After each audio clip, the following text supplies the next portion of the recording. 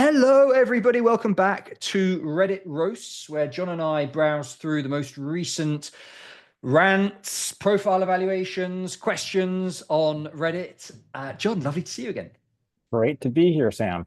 Awesome. Happy Friday. Happy Friday. Today, we have a few interesting profiles to talk about. We have a Brazilian engineer with a sponsorship. Very nice. Who's targeting M7s. We've got somebody who already works at a business school and wants to become a student there.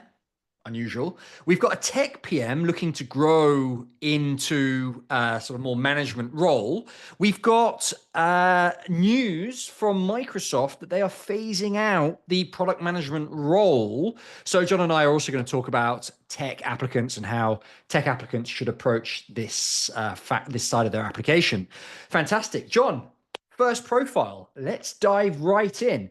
Background, female, 29-year-old Brazilian data coordinator. Undergraduate is in civil engineering from a reputable university in Brazil with a GPA of 7.8 out of 10. First generation applicant, 7 years of work experience at the largest South American bank, started as an intern, worked the way up. On the leadership program, so leadership development program, we've talked about these in the past, we like them. GMAT is a 755 on the Focus Edition, and since the applicant is going to be sponsored for their MBA, their short-term goal is to return to Brazil after graduation and move back into the role. Long-term goal, enhanced opportunities to become head or CEO of a large company in Brazil. So quite vague. The recommendation is going to be from an MIT alum.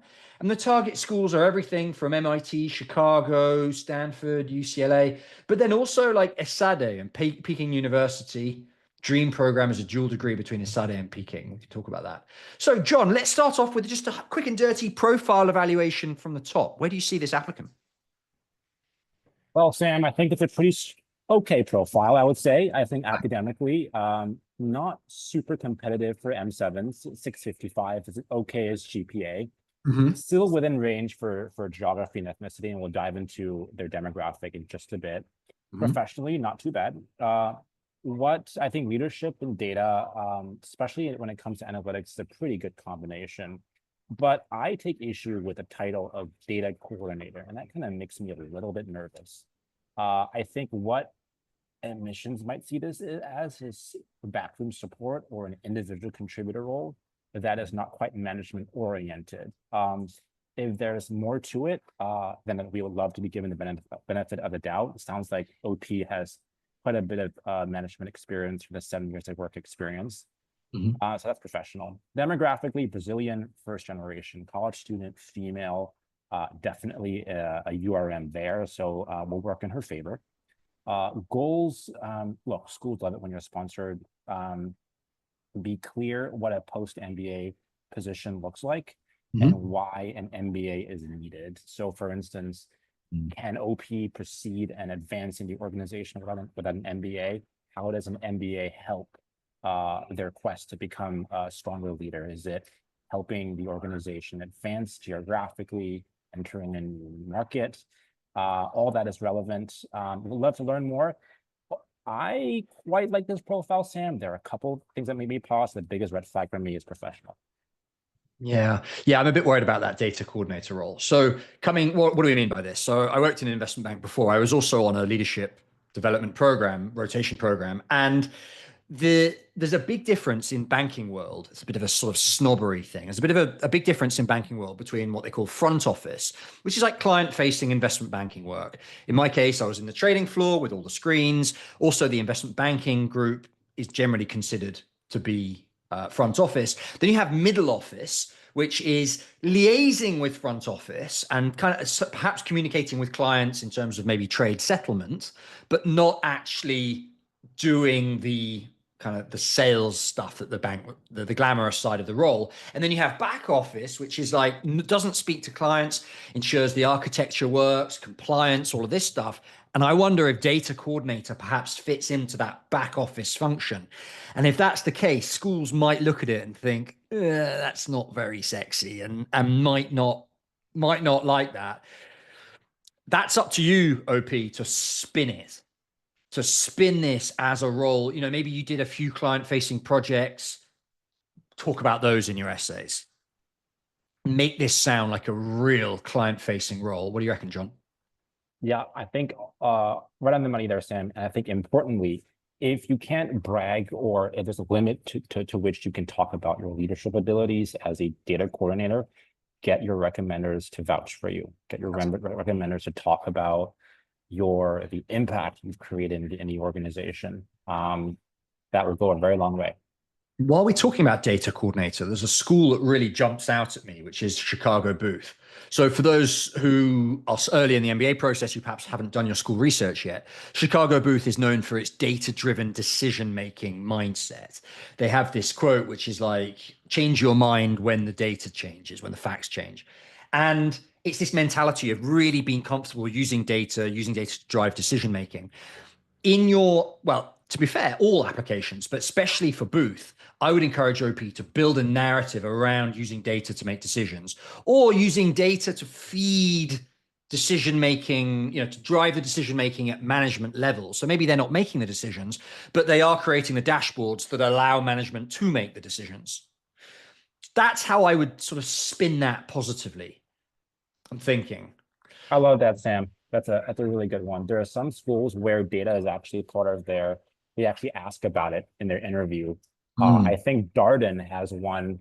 I know we're talking about Chicago here, but Darden has one where they ask, and tell me about a time when you had to make a decision or work with someone with insufficient data, right? Yeah, and nice. so that's kind MIT of as well. of it. Yeah. MIT, between submitting your application, if you get asked to go through to interview, you'll be asked a question specifically about when you use data to make a decision, and they ask for a graph, etc.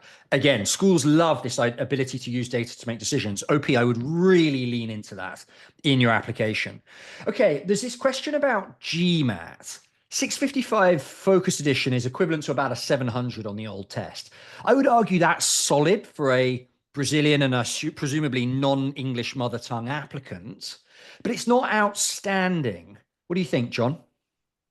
I agree with you. It's not a how would I say this? It's not a score that will absolutely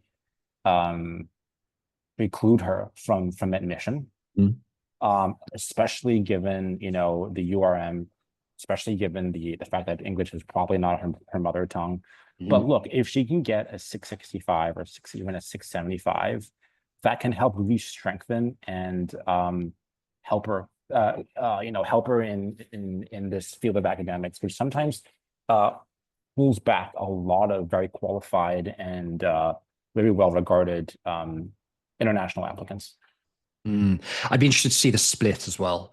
Yeah. I imagine as a data coordinator, it's probably quite strong on the quant side, and as a Brazilian, it's maybe less strong on the verbal side, just as a guess, which is fine. That's what the schools would prefer to see, right? They prefer to see, they really value the quant side. Okay, we mentioned sponsorship early on. So this applicant is sponsored by their MBA and will be returning to Brazil. John, can you explain clearly why sponsorship for the MBA is a strengthener for the applicant's profile? Very simply, Sam, that means the student, the graduate, will have a guaranteed job after they graduate. And graduation rate is one of the markers of success for an MBA program. I mean, if you've read the US news rankings lately, rankings are driven by a number of things, right? Graduation rate is one of them. So plain and simply, if you have a job after graduation, it's always a good thing. Very common among consultants as well, but glad to see this being offered for a bank. Yeah, I think, I mean, it's a guaranteed job. It's also a guaranteed, well-paid job, right? Yeah. Yeah, nice. Really, really nice. Okay, good. So that's on the sponsorship side. Let's talk about recommender. So the recommender is an MIT alum. Now that might mean an MBA, MIT MBA. They don't actually say Sloan, so it might be undergrad MIT. But either way, it looks like a pretty credible recommender. How do you think, John, as somebody who used to read applications at Berkeley Haas, how do you think schools are going to see that recommendation? I think it's always a positive. It always shows that look, if you've graduated from the same school of the school you're applying to, likely the recommender has a good handle understanding of the culture of that school, Right. and whether the person that they're recommending embraces that culture, right? It's always good to have some sort of, yes, I'm writing that you're great, but what is your frame of reference? Likely, if OP's recommender has gone to MIT, they've seen a good number of very individually abled candidates come across their tenure in their life. What I would caution, though, Sam, and correct me if I'm wrong, MIT only takes one recommendation, I believe that's right? right at the moment. Yes. Yes. So I would just make sure that this so for MIT, I mean, it'll be a natural fit as well. Be careful when she applies to schools for the recommend not to talk about MIT in other schools. I know it's very random, but I've seen it happen before. I've seen recommendations where recommenders talk about other schools, and that's a little bit of a pink flag. Yes, be careful on that. Okay, but it doesn't matter that it's an MIT alum that's the recommender when they apply Absolutely to not. other No. Yeah. schools. Yeah. Yeah. Right. Okay, Even good. better if it's an MIT Sloan graduate, but never an awful thing to have a recommender who's went to a reputable US college. Yeah, exactly. I think that this carries more weight for international applicants who Mhm. that a recommender that hasn't never studied an MBA, maybe doesn't even really know what an MBA is, isn't necessarily going to write a particularly strong recommendation, as opposed to somebody who's Mhm. in through the system, understands what an MBA is about, what business school is looking for. Generally, those are stronger recommendations in my experience. Absolutely. Yep. Okay, excellent. And the last comment that let's talk about schools finally. I I was intrigued by this double degree. And by the way, anybody watching, and particularly OP, if you are focused on double degree, dual degree programs, one of our consultants, Nanako, in the team is an HBS HKS grad and has a really strong handle on these types of applications. But John, talking generally about schools, where do you think the fit lies? It's quite a long school list there. Sam, I think somewhere in between. That's the fail-safe answer we always give. It's a good spread of schools, right? You have a couple M7s thrown in there. You have NYU and Duke, UCLA as well. Mhm. That's a lot of schools though for someone who's applying. I hope OP is thinking of staggering these across rounds because Mm. the applications in each other are different. But chance-wise, I think based on the current score, the current academic profile, again, if provided OP has more to show for their data coordinator role, I think probably UCLA and Duke probably in that range. Bit NYU hard. loves people with super high test scores, so I would say that one's a little bit of a taller order. But Mhm. the M7s are going to be tough, but not schools that OP should not apply to, I think. Not impossible. Yeah. Not Kind of impossible. aligned. I think OP should be targeting an M7, maybe lands in a T15. Great, strong result. Target an M7 by all means. This data fit for me, Chicago Booth is the obvious one. I think Yeah. that really Yeah. fits. And Mhm. by the way, thinking about data focused schools and maybe from a backup safety perspective, CMU Tepa is the other really data focused, tech focused school that might be a nice backup slash scholarship negotiation play that I think OP should also consider. Yep. Absolutely. Yeah, cool. Okay, excellent. Let's move on to the next profile. So I promised we would talk about somebody who works at a business school and is trying to transition. Let's do it. So I currently work at a top business school, not admissions. Become interested in the MBA and EMBA programs. I'd love to hear from you all whether this makes sense or not. So the demographics, 29 years old, US citizen, white, schooling is undergrad, sports management, 3.24 GPA. State school, but respected. Community college, Dean's List. Okay, 7 years of work experience, 5 years in nonprofit development, 2 years in tech sales. Quite an interesting background there. Reasons for the MBA. I've experienced a lot of layoffs and reductions in workforce in my career, which has caused it to stagnate a bit, fallen back to a more entry level role. And I feel like the MBA would help me get back to where I could be at this point. I'd love to pursue consulting, especially in the nonprofit sector, but I just want to do something that allows my wife to pursue her dreams without fear of money. Okay, John, first overview of the profile before Ooh, we talk about the layoffs and stuff. What do you see? How do you see this profile?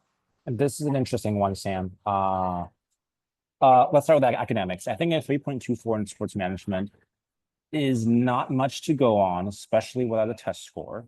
It's giving me T20 to T25 energy at the moment, but let's go through the rest of the profile. Okay. Professional, already worked for a top school. I love that. That's a first. I hope OP is buddies with someone in the admissions office. That would be nice, wouldn't it? It would definitely be. But I think the JD and the kind of work that OP does, I'm not getting much detail. What leadership roles does OP have? How can you tie in the work experience that they have, having done tech sales and nonprofits? Would like to see a little bit more of a connective tissue between those roles. Yep. Demographically, 29-year-old white male, entering MBA at 30, 31 is still okay. I wouldn't say it's a particularly standout demographic, but definitely not super overrepresented either. Yeah. Goals.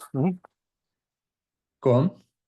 Goals, look, assuming it builds on the nonprofit management work experience, I think it might be worth reconciling that in the education sector, especially because he's working at a top business school. I would love to find a way, build a narrative for OP that builds on all of his experience working across, all those different functions. But the goals are not quite sold for me just yet. And I want a little bit, I'm craving a little bit more detail, craving a little bit more of a why. Overall, again, I think based on this profile, I'm looking at T20, T25. There are some interesting things in there. I'm not seeing a whole lot that I can latch onto though. Okay. Let's talk about what we do know. I mean, I'm aligned with you on this education narrative. I think that given the information we've got, you've got to focus, the applicant needs to focus their application around a given theme, right? Regardless of sector, we know that they need to focus their application around a given theme. It looks to me like one of the obvious themes for OP is to talk about the education space. They worked at a top business school in staff position. They might have seen a problem in the education sector. The education sector is going through dramatic change at the moment. It's been disrupted left, right, and center, both from a political perspective, from a tech perspective, all over the place. And maybe OP has seen a problem that they want to address, or that they could say that they're going to address. And so if your goal, OP, was non-profit, which would allow you to build on some of the experience you've already got, it's not going to seem random to the reader. And that non-profit is an education-focused non-profit. And even better if it's tackling or linked to the challenge that you've identified in your experience already. You can say, I saw this problem during my work, I'm going to tackle it, and here's how I'm going to tackle it at this non-profit in the education space. And that's basically your career narrative. That could work really nicely if done well.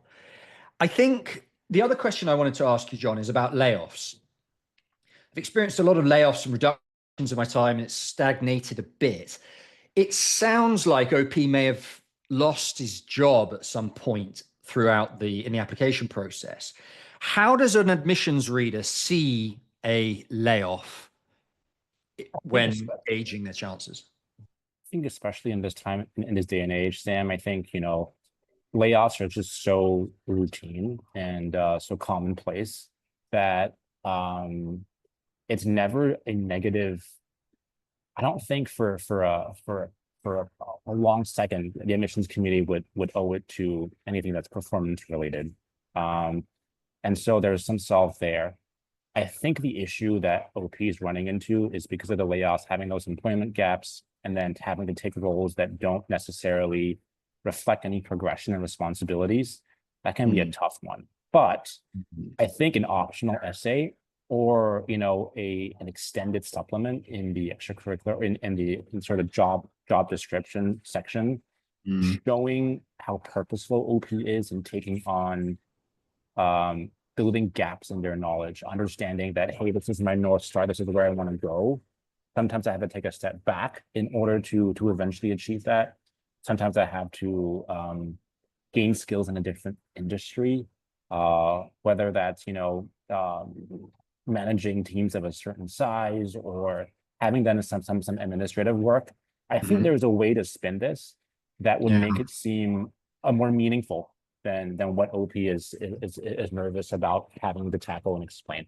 Yeah. So from my side, two things. One, recommenders. If you can include a letter of recommendation from the place where you were made redundant from, and they can very clearly, speak very, very highly about your performance and maybe explain that there was a restructuring or something, that will help. The other thing is, as you say, optional essay.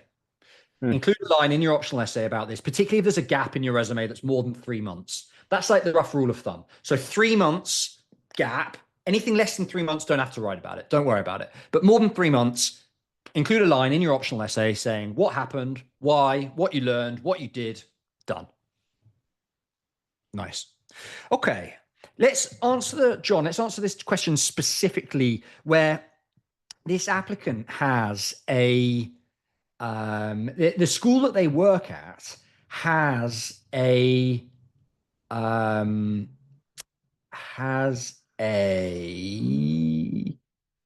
looks like a tuition reprieve. Yeah, where it might be in the comments.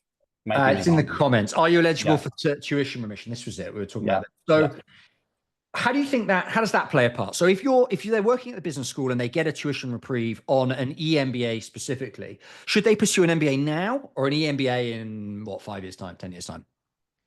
I think, frankly, Sam, OP is a little bit on the younger side for an EMBA. At the moment, 29, you would enter business school at 30, 31. And, the folks that you would meet at an EMBA tend to be in mid-30s plus. And so networking is such a big part of an MBA program. Would you get that much out of it versus, being among peers who are more in the same age range? That is not the rule. Typically, I mean, it's not, exceptions can be made, but, it sounds like OP needs a little bit more of a career reset. And I think an MBA would help, play a stronger role in their pivot, because an EMBA tends to be more for people who want to evolve their careers or build their networks. I would caution. I would still recommend the MBA with caution. Yeah, I think that's right. We work with heaps of EMBA applicants, and generally they're looking to progress in their existing roles, not so much making big transitions. It sounds like applicant here, OP needs quite a big transition. And for that reason, I agree. I think an MBA is probably more appropriate. And at 29, just get on with it. Just do it now. You'd have to wait seriously like 10 years really to be getting the most out of an EMBA. I think hurry up. I think just do it now. Yeah. Okay. Last comment from me, just want to make a comment here. I want to do something that allows my wife to pursue her dreams without fear of money. OP, why are you exploring nonprofits? Clues in the name. You're not going to get paid enough. You're not going to get paid enough for your wife to retire by working at a nonprofit. Just throw that out there. You might want to adjust that goal from a life perspective. Okay. That's all from me. John, should we move on to the next profile? Do it. All right, let's do it. So next applicant is, how realistic are my chances at an M7 specifically? Long time lurker, wanted to finally put myself out there. OP, welcome, one of us. I am looking at applying to B school soon. Haven't decided timeline, but could use a profile evaluation, a candid profile evaluation. That's why we're here. Okay, path has been highly untraditional. John, you're going to love this. Demographic, white male, 32 years old, first gen. Bachelor's, liberal studies, Arizona State, 2.9 cumulative GPA, but GMAT 760. 9 years of work experience across product management, entrepreneurship, business development in tech. Professional journey, pretty long-winded, but basically has moved through the tech landscape. Everything from product management, In a logistics startup, individual contributor, senior PM, mid-sized tech company. Right. So quite a lot of solid tech experience from what I'm reading. Extracurriculars, nearly a decade of volunteering supporting veterans. Again, serving veterans at a non-profit. Cumulative GPA is 2.9, which isn't ideal. Ugh. Understatement, perhaps. After experiencing significant downward spiral in my academics, it looks like there's basically an optional essay there and a reason for the GPA. Target schools: Columbia, Stern, HBS, Sloan, Booth, basically everything sort of East Coast M7 from what I'm seeing. And a bit of Chicago in the mix as well. Okay. Focus is Harvard. Okay. Post MBA, plan to transition from a core technical role into a corporate strategy position, maybe at Disney or Netflix. Interesting. Lots to go by there, John. Let's do a profile evaluation at first. What are you seeing? Well, Sam, a 2.9 Harvard and Netflix may at first seem a little bit tough to reconcile, but I love untraditional backgrounds. Not gonna lie, a 2.9 is sort of pulse quickening. It's a pulse quickening stat. But it looks like the 2.9 may not be tied to a four-year degree. It might be. It looks like OP has a 3.6 to 3.8 upper divisional, an okay grad school GPA, an okay GMAT, and extenuating circumstances that can explain why, that 2.9 was there in the first place. Yeah. So some reprieve academically. Left college to support family during a tough time. So that does sound like quite a substantial reason. Some people take, a week off, 2 weeks off. I like to do that. Leaving college it reflects a much bigger commitment. So definitely something totally valid to mention for OP. That's academics. Professionally, unconventional, but I love the mix of technology data and both management and strategy functions. Look, securing 10 mil in contracts also made my pulse quicken a little bit. It sounds like a great achievement with their startup. And as OP mentioned, resilience is certainly a common theme and a great ingredient for a narrative, which I have thoughts about, and we can talk a little bit about after this run through, Sam. So professional, I quite like. Demographically, first-gen college student on the older side, which means, it's on the cusp of EMBA and MBA. But if you can demonstrate some sort of growth-oriented mindset and a willingness to learn, an MBA is still a possibility. I have a question about the true demographic, though. OP seems to have a lot of exposure to military in their ECs. Does OP have a military background? Because if so, military folks got a bit of an age reprieve as well. Yeah.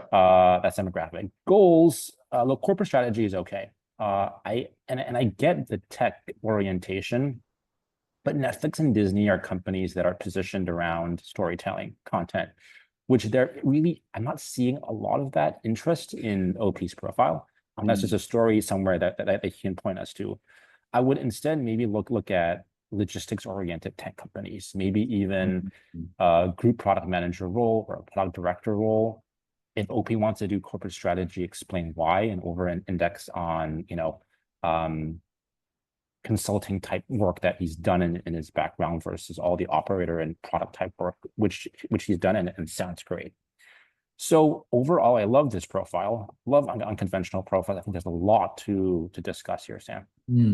I think where you talk about logistics, particularly if there's a military applicant, if there's a military component to the application, we know military logistics, we know that that logistics and military go hand in hand. It's a very common post-MBA goal for military applicants.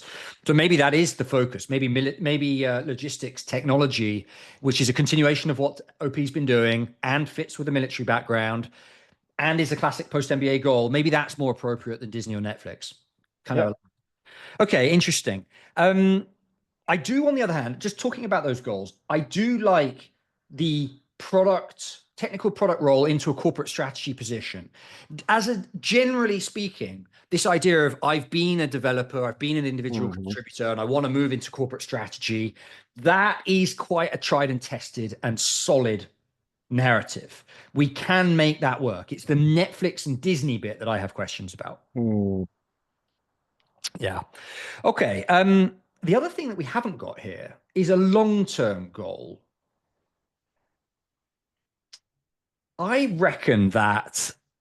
So what are classic long-term goals, which OP hasn't talked about yet here, but I think so. Classic ones are entrepreneurship, angel investing, especially in the tech domain, regulator, politics / policy making. You know, the logistics sector is going to be absolutely transformed by, for example, tariffs, which are happening at the moment. So there's going to be things happening in the tech sector, in the logistics sector. I reckon there might be a role that is a sort of a policy making type role later on, helping to create a framework of regulation for the logistics technology space. For example, I want to hear what OP's long-term goal is, but I do think there are options. Any thoughts on that, John? Am I on the right track?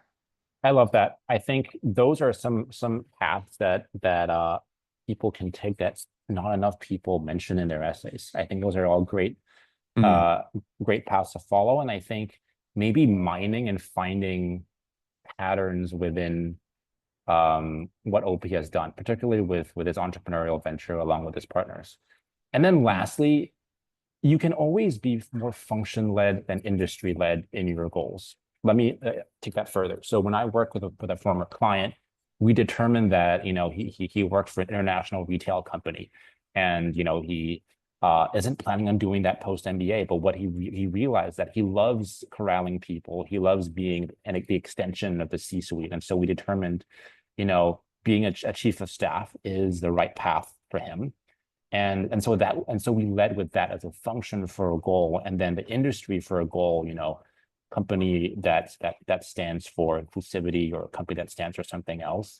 We were a little agnostic there. But just to say that, you know, it would be great to mention, you know, an example of a company that you want to work for, but it's perfectly okay to also just focus on the mechanics of the role. What you're doing rather than where you're going to do it. Right. Okay. I would like, one last thing I'd like to end on then is, I'm just going to throw a spanner in all of this. Harvard is top choice. Forget it with a 2.9. Forget it with a 2.9, I'm afraid. I think you could just about swing it at some of these other M7s, T15s, maybe. But OP, don't invest too much effort into, or don't start preparing your wife for a possibility that she might have to leave Boston, I think is the takeaway here. 2.9 is well below anything that Harvard is used to seeing. Okay. Next profile. Let's do it. Profile 4 is having GMAT issues. Is a T15 even possible? So I just took the GMAT Focus Edition, looking for opinions on whether I should retake it if I'm aiming to apply for round 1 2025. So we are currently at time of recording. We are the 11th of April 2025 even, which means you have April, May, June, July, August, and a bit of September, 4 and a bit months to potentially retake the GMAT if you want to. The question is, or the background is 26-year-old male, Asian, Canadian consultant. Bachelor's in finance from a top Canadian university, 3.7 GPA, 4 years of work experience at matriculation at a boutique consulting firm specializing in corporate finance. 1 promotion so far, spent 2 years in the Canadian office and have moved to Paris. Interesting. GMAT Focus Edition 655. 655. Extracurriculars, led a recruitment initiative at my current firm, held leadership positions in clubs during undergrad, and co-founded an e-commerce brand again during undergrad. Post-MBA targeting investment banking in the US due to my corporate finance experience at a T15 with a dream being Stern. But Stern is a stat-hungry school. Is that even possible? And should I retake the GMAT? Be brutally honest. John, be brutally honest. Profile evaluation. Let's go. Sam, I don't think we're ever not brutally honest. You know, we sometimes lace our honesty with a little bit of honey. but we're always honest. With that in mind, let's start with academics. I don't think a 655 is a little tough for Stern as OP has predicted, especially with the demo. Asian Canadian is definitely a little bit less represented than Asian American. But look, if you have extenuating circumstances to share, if you're not a great test taker, if you have other reasons why you can't go beyond a 655, I would mention it, but I would highly recommend that you retake the GMAT if you have the capacity to do better, as evidenced by your practice test if you're tracking it at a higher score there. A 3.7 is a good GPA, so that's at least something to cling on to academically. Professionally, cookie cutter, a little cookie cutter, but I do like the. Would love to take your take on this, Sam. I think being in a boutique, like a boutique institution, especially when you have some geographical variety there, starting with Canada and now in Paris, which is kind of cool. When you're in a boutique bank or like a smaller team, presumably you might have a little bit more opportunities for leadership or some lateral responsibilities that can help differentiate you from some of the other investment bankers from the pool. So there's something there, OP, I think you should totally talk about. Again, the demographic of Asian Canadian is not strictly ORM. I would play up the Paris work experience, play up the experience of working with different cultures, rallying different teams across deals. That would be really cool to talk about. And the goals make sense, but investment banking is so generic. I would focus instead on your obviously mentioned as your short-term goal, but how does this prepare you for your long-term career goal? What problems do you want to solve in the industry? What have you noticed, when you went from Canada to France? Consider expanding this beyond the scope of the USA, and I think things can get a little bit more interesting. I think it's a reasonable list of schools. My biggest push is going to be the GMAT and probably gaining more clarity, around those goals. Yeah, I was just doing a quick search there. We had a client in round one this year get a full ride offer from NYU Stern, had a 740 GMAT, which is equivalent to about a 705 on the new test. So there's a solid 50-point gap there.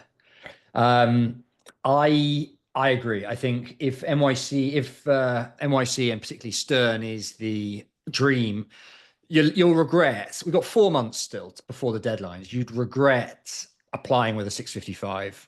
I think spend another month or two doing GMAT first, and then put together your applications in the summer.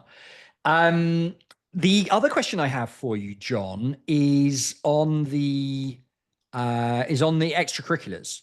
So it looks to me a bit of a nothing burger on the extracurriculars, in that leading recruitment at current firm, that's just part of your job, no? Like you're not doing that after hours. It's not like you're doing that in evenings. Like you go home and do some recruitment for your firm. Yeah. And the other part, the extracurriculars, leadership positions and e-commerce, this is all during undergrad. So it looks like OP is not really doing anything outside of the office at the moment, as far as we're aware. Which is okay for certain industries. Look, I mean, when we were we had discussions about this, in school, and I think it's conventional wisdom that if you work in investment banking and consulting, you have less time to do extracurriculars, and so not a total knock against OP, especially because OP has leadership positions in undergrad at some clubs, depending on how notable or impactful that e-commerce brand was that he co-founded, that could be a cool thing. But I do agree with you, Sam. Leading recruitment isn't really an extracurricular. In some cases, it's probably just required, right, for a company of that size. Yeah, your boss asks you to do some recruitment. Are you going to say no? I hope not. I hope not, right? Yeah. Okay. So the interesting thing there is, maybe given the time we have, it might be worth getting involved in a little bit more, or formalizing some of the extracurricular work that you've been doing. It looks like maybe there's a bit of an extracurricular gap there that I'm a little bit concerned about. Okay. Let's talk about goals. you mentioned, as you said, IB is a little bit generic, but the corporate finance at a boutique firm is kind of pretty classic pre-MBA stuff. I would say that the narrative, broadly, the narrative of going from a boutique consulting firm into something a bit more hardcore, a bit more sexy, MBB or consulting or investment banking and bulge bracket investment banking, etc. That is quite a classic move, but I would say you alluded to this in your earlier introduction, that the Canadian aspect is a big factor here. I Hmm. think that OP, if he's going to go down the investment banking route, should really be laser focused on the Canadian investment banks. Don't throw yourself into the pool of I want to join Morgan Stanley, Goldman Sachs, JP Morgan, blah blah blah. There's a billion people saying that. I would say focus on the top Canadian banks where you have the work experience. It looks like you maybe have some French as well. OP's been moved to Paris, and that's a helps you for the Canadian banks to speak some French. And you've got the top Canadian university on your resume. Basically, I think OP is gonna be quite attractive to a Canadian investment bank and should lean into that in their MBA application. Yeah, I agree. Yeah, I nice. think on that note, maybe considering also a Canadian MBA as one option, you know, Mm.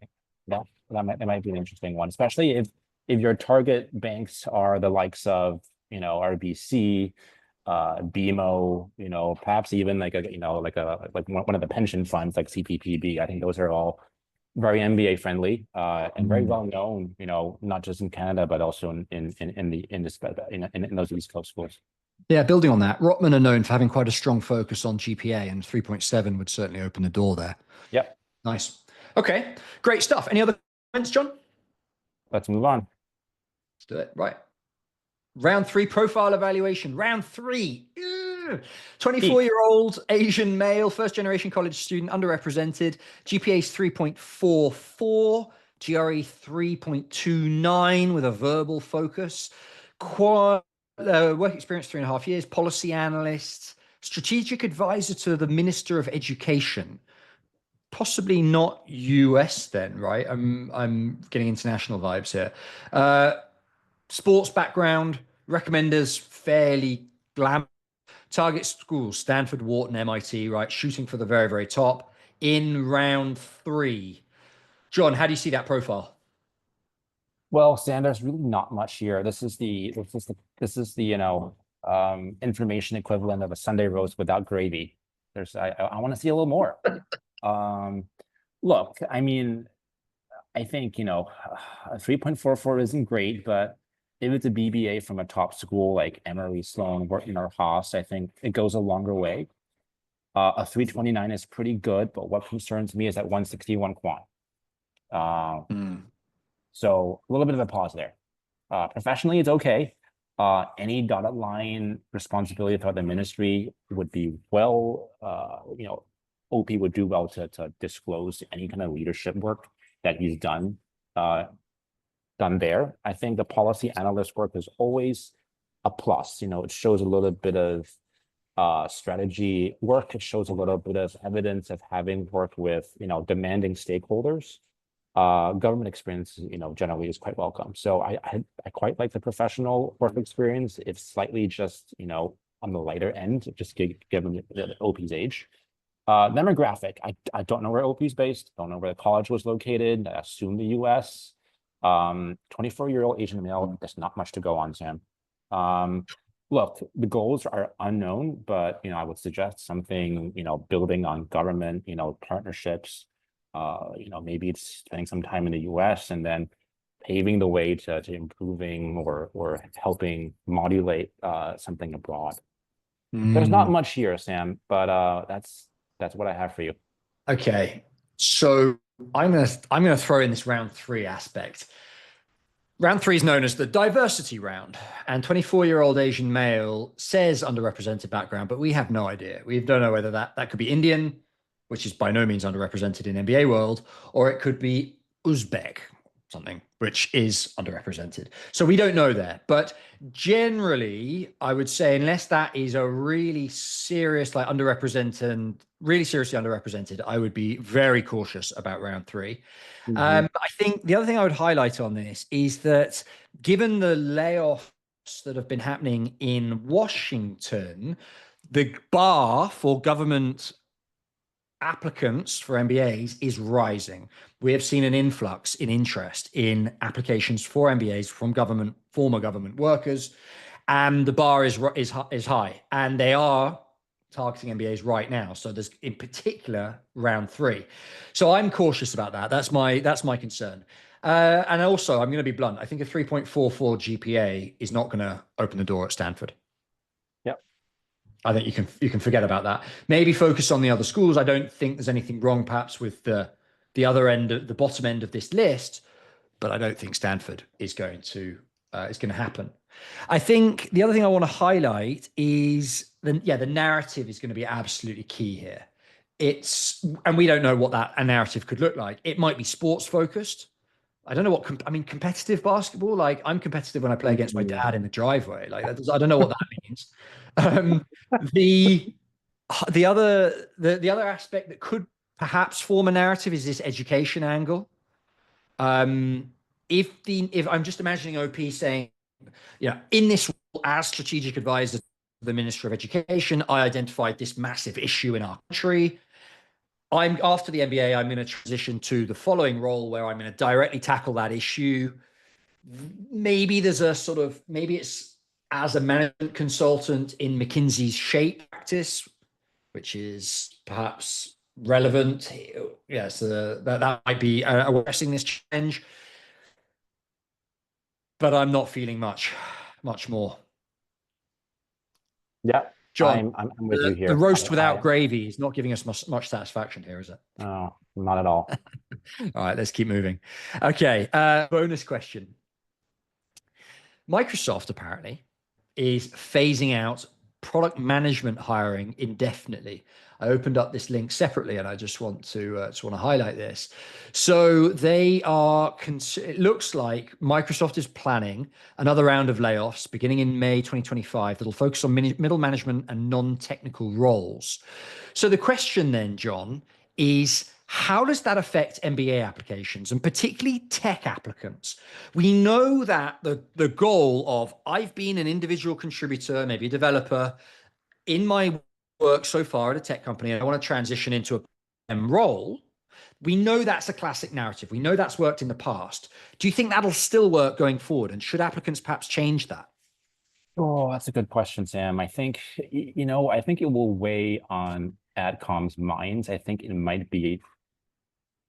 anything, PMs are still a credible goal. I think there still needs to be a much stronger rationale for why they'll be successful as a PM, right? Because the reality is that in a lot of these tech companies, it's very common to see technical folks, learn the lay of the land and become PMs themselves, right?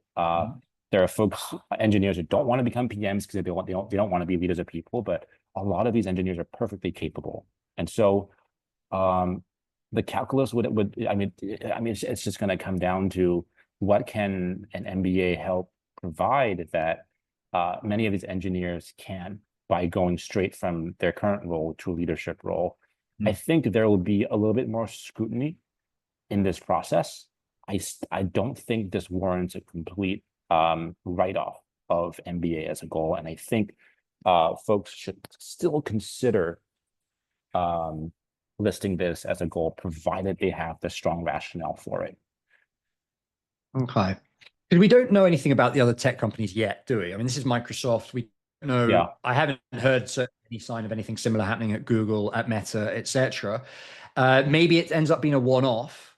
Maybe other tech companies follow in their footsteps. We're yet to see. So I guess watch this space is the conclusion there, right? Yep.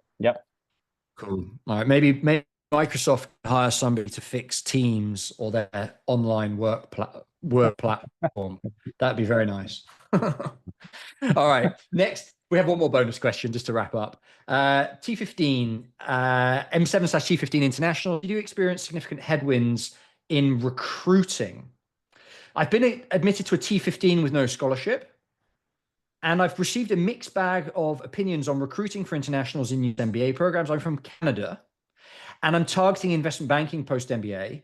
I have relevant experience in finance, but it feels like the economy and the Canadian dollar might make this difficult. As an international, should I expect to find a lot of headwinds in recruiting for investment banking specifically? I don't know. I know some banks don't sponsor, but I saw yesterday that even the sponsoring banks have international quotas. So what draws the difference between successful candidates and ones who aren't when it comes to investment banking recruiting? John, what do you think? Well, Sam, sorry to hear that OP is going through this rut of recruiting. Obviously, I mean, every year there are cycles where IB recruiting shrinks, and there are times when it expands a little bit. I think the folks that tend to get have it a little bit harder going for them at international, just given the need for sponsorship. What I will say is that there are some banks that have quotas. There are also some banks that have just don't have sponsorship as a policy. So the chances are a little bit more difficult, but I wouldn't rule out the possibility of doing investment banking in your home country. So in that case, Canada, and then being successful at that role, and then transferring over to a U.S. entity when the time comes. That could look like working for a different company when you transfer, or just let's say you work for a Canadian bank or a U.S. bank in Canada, and then moving to that bank, under a different type of visa, which is technically a different kind of sponsorships are just so hard to come by with so limited number of visas and plenty of people vying for a set number of visas. So, it's not a great time, it seems like, but, I wouldn't rule it out completely, and there are options. Yeah. And it'll look different in 2 years' time as well, right? Yeah. So OP is presumably going to join, it has been admitted in this year, so would be starting the MBA in September 25, would be graduating around August 2027. The job market's going to look completely different. Investment banking will probably go through several cycles before then. Like it's going to go up, it's going to go down. Absolutely. You don't really know. So that's the thing. The other thing I would say is specifically regarding this question, and do an MBA, given that IB is my goal, I would say it will depend a bit on the school. Now, we don't know which school it is, other than that it's T15. I think check.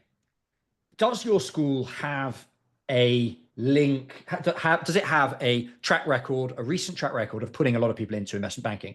For example, in the comments, we know that at Fuqua, internationals did well recently. And so that falls into the sort of T15 bucket that we were talking about. And then the other thing I would say is it might be worth trying to negotiate a scholarship. If you're on the fence right now about whether it's worth forking out all this cash to go and do an MBA and you're kind of not sure, negotiate a scholarship. There might be 40, 50, 60, maybe more $1,000 on the line. And that perhaps swings it and makes it worthwhile. No mention at all of scholarship negotiations just yet in the post, but I would raise that as a potential deal breaker or maker, perhaps. Yep. Yeah. Okay. Excellent. Right. On that note, John, fantastic to catch up as usual. I will see you next Friday. Anybody watching this who enjoyed today's session, feel free to tag us in your profile evaluation request on Reddit. We will take a look, or send over your resume and we will do it that way. Anybody who agrees to come on the call and have a live profile evaluation will receive a free login for our online platform, mbaconsultant.com. So, John, I'll see you again next week. Have a lovely week. Take care. Have a great one, Sam. See you, John.